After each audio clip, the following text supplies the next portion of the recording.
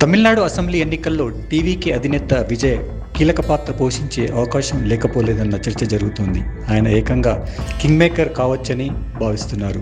అంతేకాదు సీఎం అయ్యే అవకాశం కూడా లేకపోలేదన్న చర్చ జరుగుతోంది.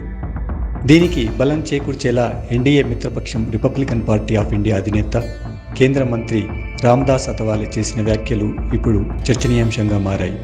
ఎన్డీఏ కూటమిలో విజయ్ చేరతారని ఆయన చెప్పుకొచ్చారు. అయితే ఇది ఎన్నికల ఫలితాల తర్వాత జరుగుతుందన్నది ఆయన అంచనా. తమిళనాడు ఎన్నికల్లో టీవీకే గట్టి పోటీ ఇస్తుందని, హంగే ఏర్పడితే ఆ పార్టీ ఎన్డీఏలో చేరుతుందని ఆయన అన్నారు. విజయ్ మద్దతుతో ఎన్డీఏ సర్కారు వచ్చే అవకాశం లేకపోలేదని కూడా రామ్దాస్ అథవాలే వ్యాఖ్యానించారు. ఇది ఇప్పుడు తమిళనాడులో చర్చనీయాంశంగా మారింది. ఇటీవల తమిళనాడు అసెంబ్లీ ఎన్నికల్లో విజయ్తో పొత్తు పెట్టుకోవడానికి బీజేపీ పలు రకాలుగా ప్రయత్నాలు చేసింది. పొత్తును ఖరారు చేసేలా ఎన్డీఏ పెద్దలు ఓ దూతను విజయ్ వద్దకు కూడా పంపించారు. ఎన్డీఏ తరఫున ఆయన విజయ్తో చర్చలు జరిపారు.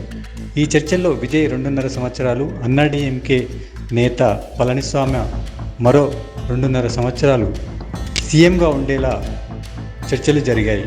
ఈ విషయంపై పలు మీడియాల్లో కథనాలు కూడా వచ్చాయి. టీవీకే ప్రధాన కార్యదర్శి మాధవ్ అర్జున కూడా దీన్ని ధృవీకరించారు.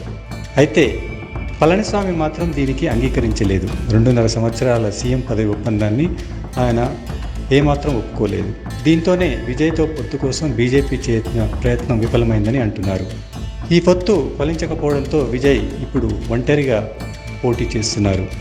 ఇప్పటికి కూడా బీజేపీ విజయ్తో పొత్తుకే మొగ్గు చూపిస్తుందన్న భావం ఉంది.